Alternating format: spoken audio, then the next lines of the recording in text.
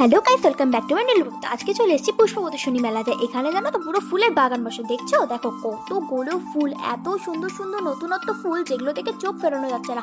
পুরো চন্দ্রমল্লিকাতে ভর্তি, এত সুন্দর লাগছে দেখতে, কি সুন্দর। যেগুলো ফুলের নাম আমি হয়তো জানি না।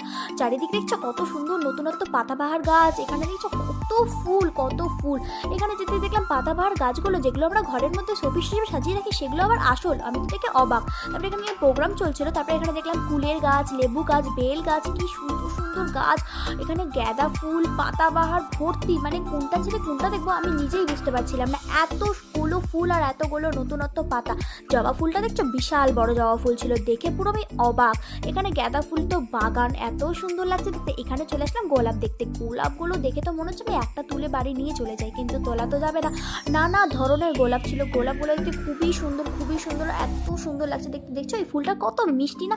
এখানে সবজির বাগান ছিল, কত বড় বড় বাঁধাকপি, ফুলকপি। তারপরে গোলাপের থেকে তো আমি চোখই ফেরাতে পারছি না। তারপর চলে গেলাম ওই সাইডে। ওই সাইডে দেখতে গিয়ে আমি একটুখানি ঢং মেরে নিলাম। তারপরে দেখলাম এখানে কত রকম নতুনত্ব ফুল। এখানে আমি আমার দিদি হাই করে নিলাম। তারপরে দেখছো কত ফুল। এগুলো ফুল কোনোদিনও দেখেছো তোমরা? এখানে ছিল পুরো রকম নতুনত্ব গাছ, গাছ ডাল সমেত পুরো। এখানে ক্যাকটাস গাছ ছিল, কত সুন্দর। এখানে নানা রকমের কাগজ ফুলের গাছ ছিল, ছোট ছোট টব ছিল। এখানে কত সুন্দর না এটা।